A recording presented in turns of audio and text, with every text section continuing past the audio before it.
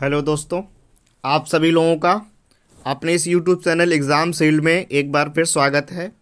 और आज पहले की तरह ग्राम समाज एवं विकास से संबंधित जो आपकी श्रृंखला चल रही है 25 प्रश्न की, उसको आगे बढ़ाते हुए आज अपना पार्ट 10 करने वाले हैं।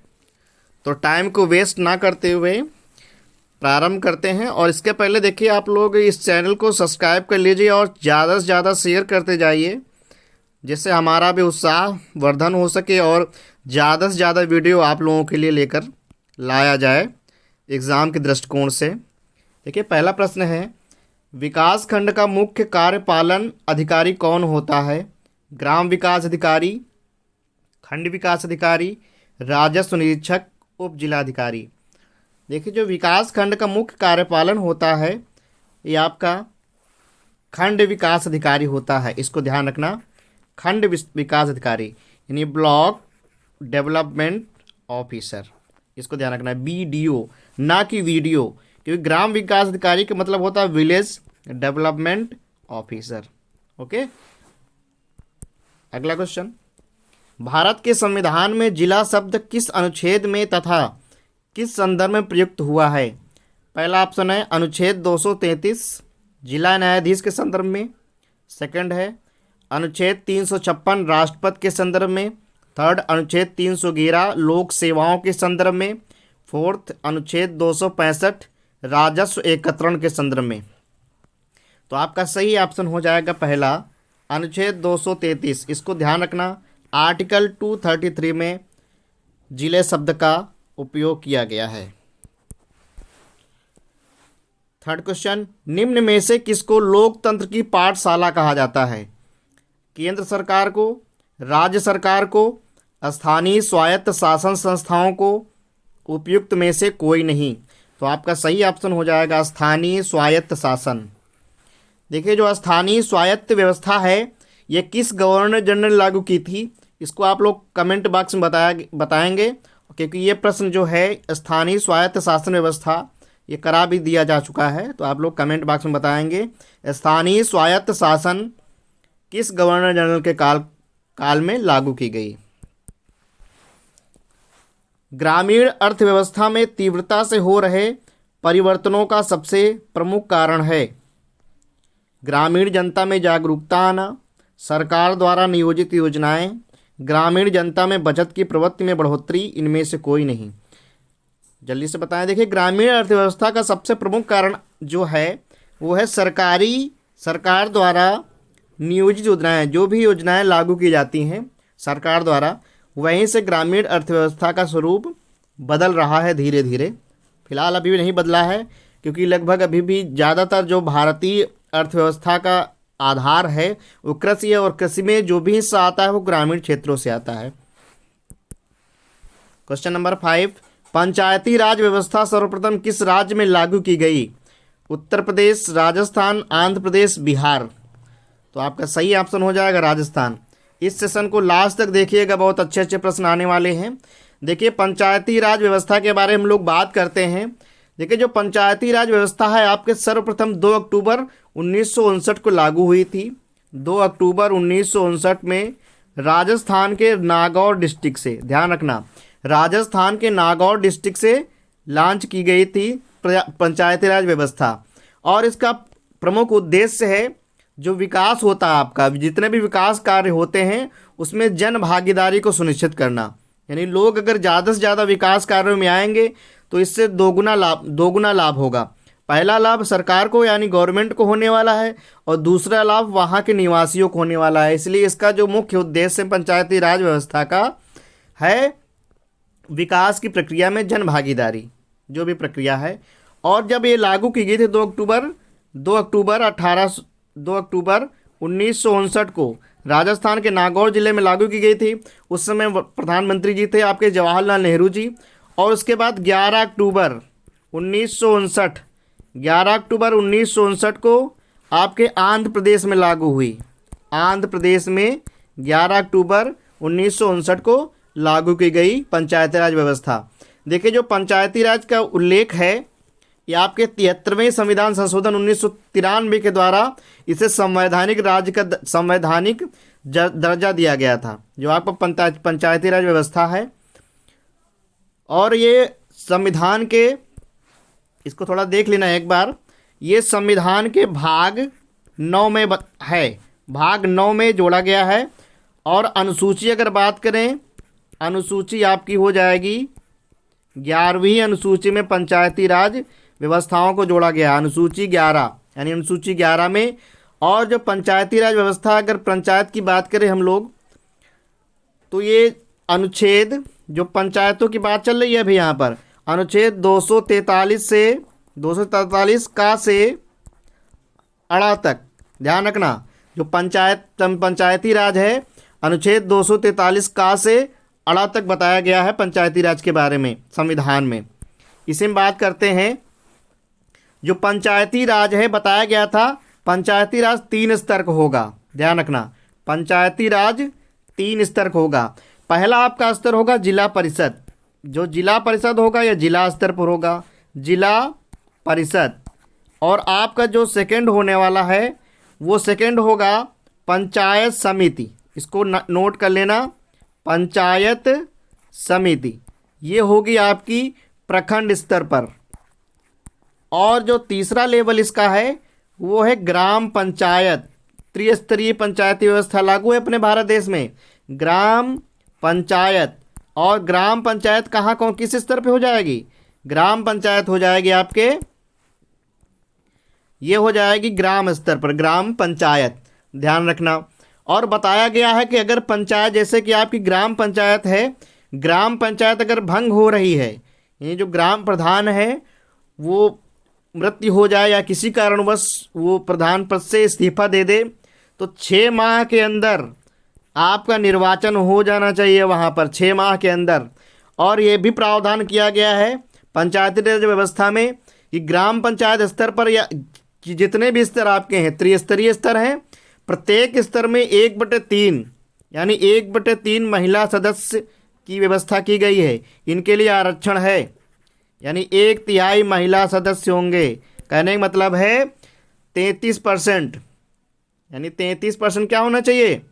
आपकी महिलाएं जरूर भागीदारी बनेंगी तीनों स्तरों पर, इसको ध्यान रखना।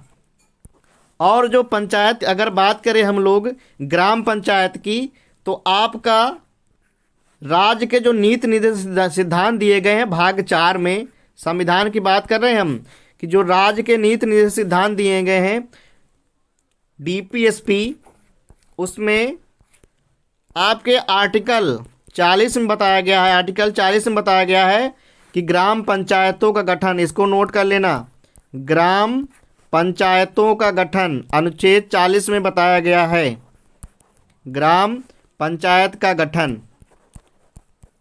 आप लोग समझ गए होंगे इस पूरे पंचायती राज व्यवस्था को। और एक क्वेश्चन और आता है कि पंचायत जो सदस्य बनने की उम्र कितनी है वर्तमान में? 21 वर्ष है, यानी पंचायत सदस्य बनने की वर्तमान में जो आपकी उम्र है 21 वर्ष है। वो अनुच्छेद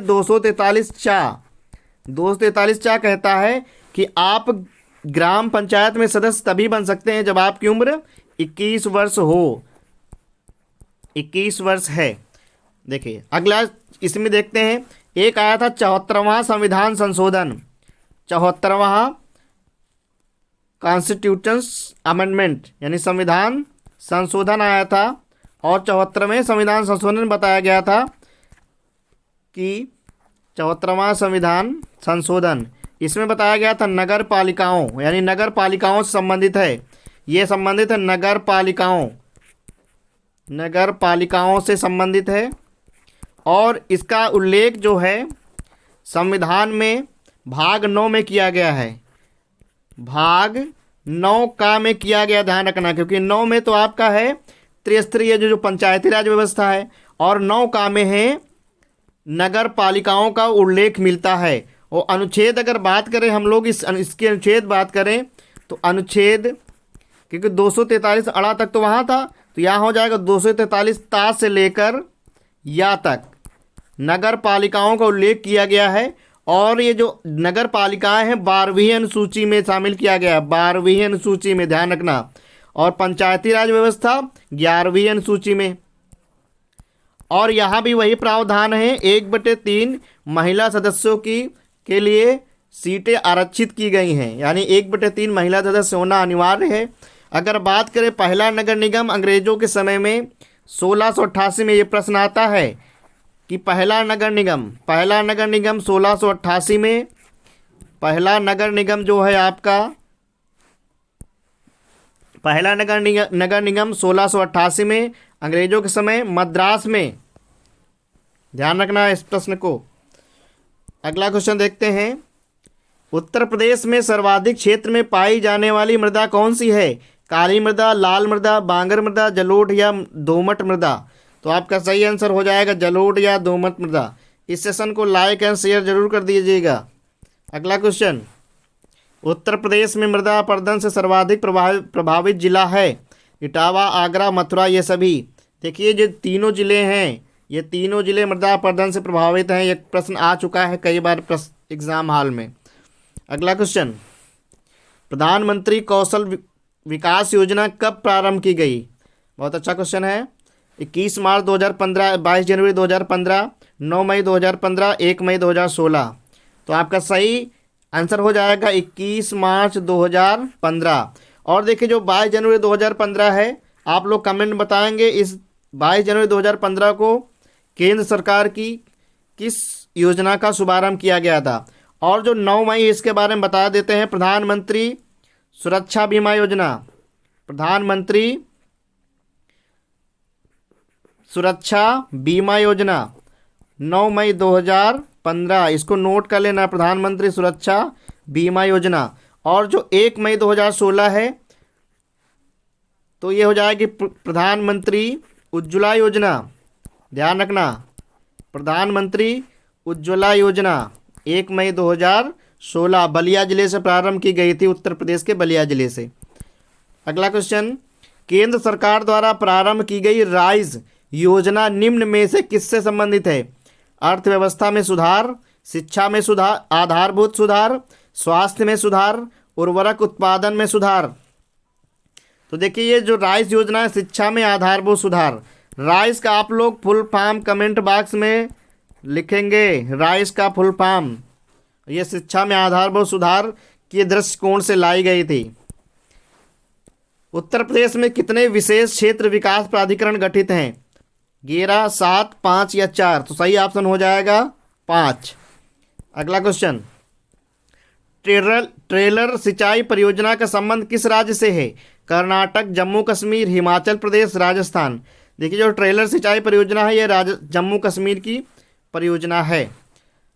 अगला क्वेश्चन, निम्नलिखित में से कौन सी संस्था ग्रामीण उद्योगों की स्थापना हेतु दीर्घकालीन साख उपलब्ध कराती है? साख होता है ऋण। तो खाद्य एवं ग्रामोद्योग आयोग, वाणिज्यिक बैंक, क्षेत्रीय ग्रामीण बैंक, जिला सहकारी बैंक? सही ऑप्शन हो जाएगा खाद्य एवं ग्रामोद्योग आयोग। देखिए जो खाद्य एवं ग्रामोद्योग आयोग है, इसकी स्थापना खाद्य एवं ग्रामोद्योग अधिनियम 1956 के तहत की गई थी। एक प्रश्न और आता है कि खादी एवं ग्रामोद्योग आयोग की स्थापना किस पंचवर्षीय योजना में की गई थी? तो आपके दूसरी पंचवर्षीय यानी सेकेंड पंचवर्षीय योजना में खादी एवं ग्रामोद्योग आयोग की स्थापना की गई थी। क्वेश्चन नंबर 13, निम्नलिखित में से किससे नगरीकरण की प्रक्रिया जुड़ी है? ग्रामीण क्षेत्र से नगरीय क्षेत्रों की, नगरीय केंद्रों की संख्या में वृद्धि, नगरों में स्वाभाविक रूप से जनसंख्या वृद्धि, उपयुक्त सभी? तो आपके सारे ऑप्शन सही माने जाएंगे, उपयुक्त सभी हो जाएगा। क्वेश्चन नंबर 14, ग्रामीण समाज में इसके अतिरिक्त किए जाने वाला कार्य इनमें से कौन सा है? पशुपालन, चिकित्सा, शिक्षण, प्रशिक्षण, उद्योग? देखिए पशुपालन, आप ग्रामीण समाज में पशुपालन भी किया जाता है कृषि के साथ साथ। अगला क्वेश्चन, ग्रामीण क्षेत्रों में कमजोर वर्गों विशेषकर महिलाओं और बच्चों की सुविधा स्वास्थ्य सेवाओं की पहुंच सुनिश्चित करने की पहली कड़ी है मातृ स्वास्थ्य कार्यक्रम, स्वास्थ्य मिशन, आशा, बाल विकास कार्यक्रम। देखिए वो सारे कार्यक्रम हैं, लेकिन उन कार्यक्रमों तहत सबसे अगर पहली कड़ी देखा जाए तो आशा, ये आशा जो बहुएं होती हैं यही सबसे पहली कड़ी होती हैं। आप लोग आशा का भी फुल फॉर्म कमेंट बॉक्स में लिखकर भेजेंगे।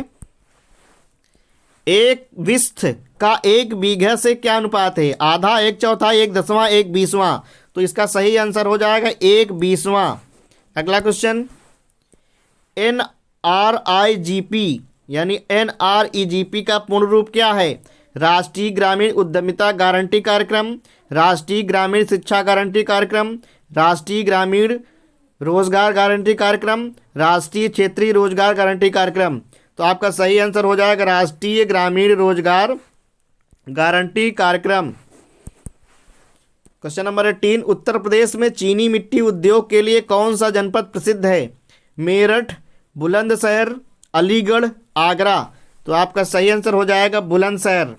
देखिए, मेरठ खेल के सामान के लिए प्रसिद्ध है। मेरठ जो है खेल के सामान के लिए प्रसिद्ध है। और मेरठ में एक यूनिवर्सिटी बन रही है, मेजर ध्यानचंद यूनिवर्सिटी, खेल संबंधित है। अलीगढ़ जो है ये ताला नगरी बोलते हैं, ये ताला नगरी अलीगढ़ को बोलते हैं, ध्यान रखना। अलीगढ़ है ताला नगरी। और आगरा क्या होती है? पेठा नगरी। और आगरा में ताजमहल भी स्थित है। आगरा शहर की स्थापना किसने की थी?